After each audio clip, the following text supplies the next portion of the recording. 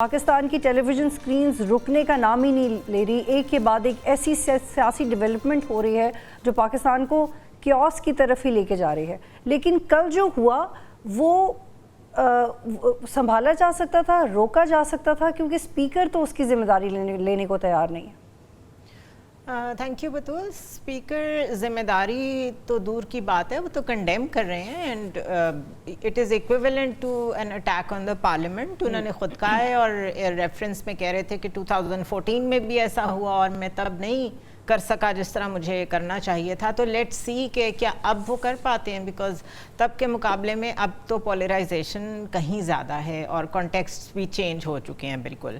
But یہ جو کچھ ہو رہا ہے آف کورس اس کی کمپلیٹ ذمہ داری بھی تو حکومت پہ ہی ہے۔ آخر پولیس آ رہی ہے، گرفتار کر رہی ہے۔ بیچ میں ہم نے ایسے ویژولز بھی دیکھے کہ ایک گاڑی کو انہوں نے روکا تو اندر نون لیگ کی خاتون تھیں، تو انہوں نے کہا اچھا ان کو تو جانے دیں۔ تو ایک طرف گورنمنٹ خود ہی سب کر رہی ہو، دوسری طرف یہ بحث چل رہی ہو کہ یہ پارلیمنٹ پہ اٹیک ہے، تو یہ ایگزیکٹو اور پارلیمنٹ کے کیا رولز الگ ہو گئے ہیں، مطلب عجیب و غریب ہی ڈیبیٹ جنریٹ ہو رہی ہے ان مائی اوپینین۔ اس کے علاوہ وہ ایک سیپریٹ ڈیبیٹ ہے کہ یہ کیوں ہو رہا ہے، بٹ آئی تھنک یہ ہونا ہی تھا۔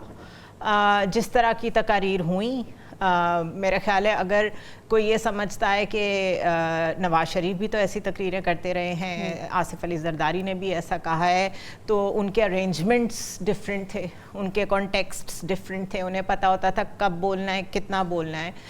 پرسوں تو چیزیں ہاتھ سے نکل گئی اور وہ اس حد تک ہیڈز آن نہیں تھے۔ محمد عادل صاحب، آپ پہ آنے سے پہلے میں چاہتی ہوں کہ آپ سنیں کہ ایاز صادق صاحب نے کیا کہا ہے، کیونکہ نیشنل اسمبلی کے آئین کے مطابق اسپیکر کا جو اختیار ہے وہ بالکل الگ ہے، لیکن ایاز صادق صاحب یہاں پہ کیا بات کر رہے ہیں وہ پہلے آپ کو سنواتے ہیں۔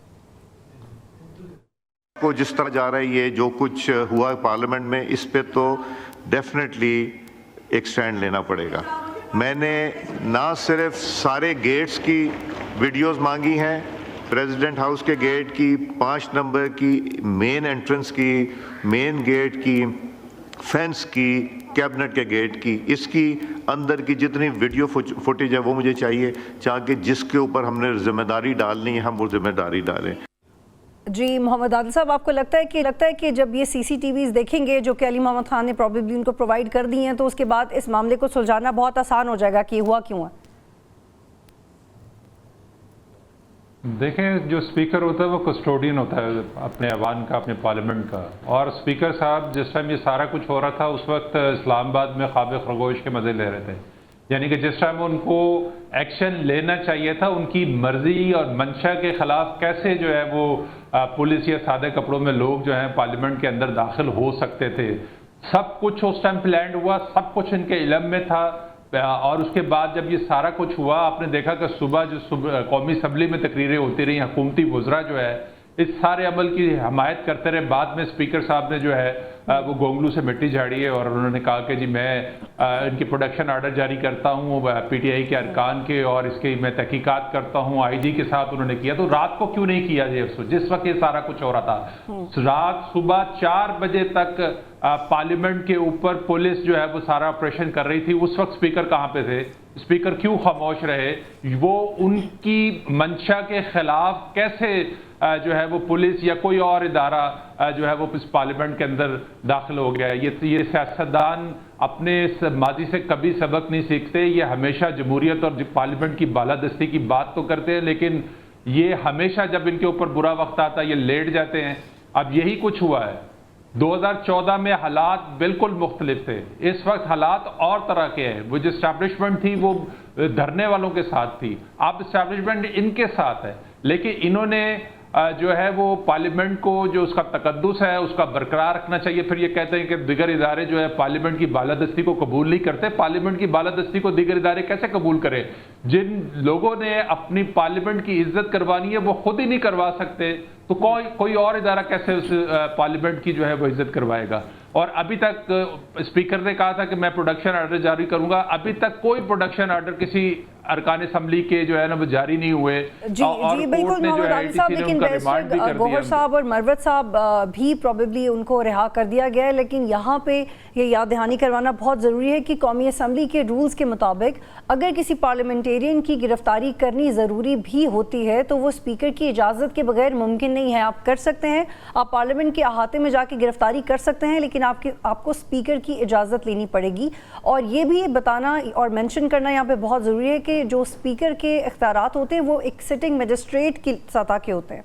تو اگر صادق صاحب یہ کہہ رہے ہیں کہ میں اس پہ ایکشن لوں گا, میں اس پہ انکوائری کرواؤں گا, تو اس کا مطلب ہے کہ ان کو خود یاد نہیں ہے کہ ان کا ایکچوئل اتھارٹی کیا ہے. ان کے سگنیچر کے بغیر یہ گرفتاریاں ہونی ہی نہیں چاہیے تھیں, اور وہ چاہتے تو کل ہی رات کو ہی رکوا دیتے, لیکن انفارچونیٹلی ہمیں بار بار آئین کو دہرانا پڑتا ہے کیونکہ اس پہ عمل درآمد ہم سب کے لیے مشکل ہو جاتا ہے.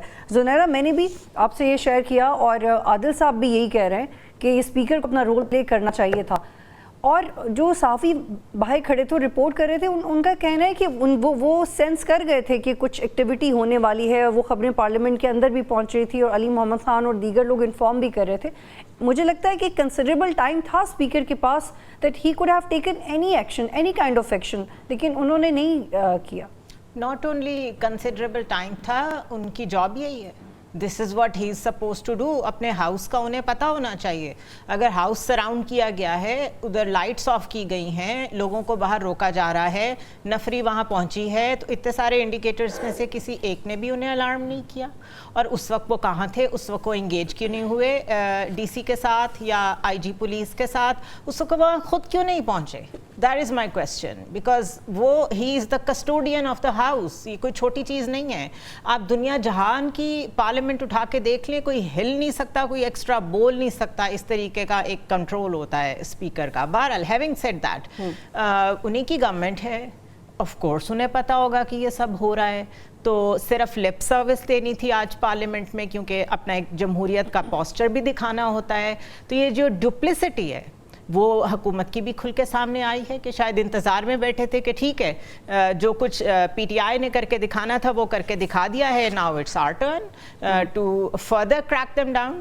تو یہ تو مجھے ایک نہ ختم ہونے والی گیم لگ رہی ہے. اور آج سینٹ میں بھی جس طرح کی زبان استعمال ہو رہی تھی, قومی اسمبلی کے فلور پہ جس طریقے سے بات چیت ہو رہی تھی, چلیں وہی نہ ہوتی. Let me put it this وے, اگر اتنا ہی افسوس ہے کہ پارلیمنٹ پہ حملہ ہوا ہے اور پارلیمنٹیرینز پہ حملہ ہوا ہے, تو آج کا دن چھوڑ دیتے, ایسی ڈیبیٹس نہ کرتے.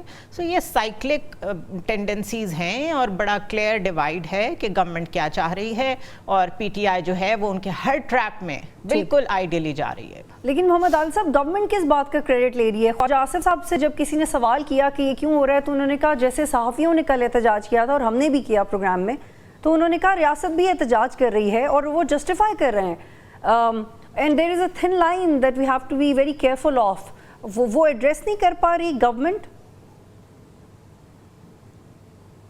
دیکھیں, جو علی امین گنڈا پور نے جو کچھ کیا, انہوں نے تو لگتا تو یہی ہے کہ انہوں نے ریاست کو پرووک کیا تھا کہ وہ جو کام ابھی آرام سے ہو رہا تھا, انہوں نے اس پہ جلدی پہ تیل کا کام کیا ہے. اور آج سونے پہ سہاگا جو ہے, بانی پی ٹی آئی نے جو اس کو سپورٹ کیا ہے علی امین گنڈا پور کو, تو یہ دونوں طرف سے جو ہے وہ معاملات جو ہے وہ تھمنے کا نام نہیں لے رہے, اور ایک پوائنٹ آف نو ریٹرن پہ چیزیں آ چکی. حکومت تو بے بس ہے, حکومت کی ریٹ تو کہیں نظر ہی نہیں آ رہی. ہمیں کہاں نظر آ رہا ہے کہ حکومت جو ہے وہ اسلام آباد میں موجود ہے.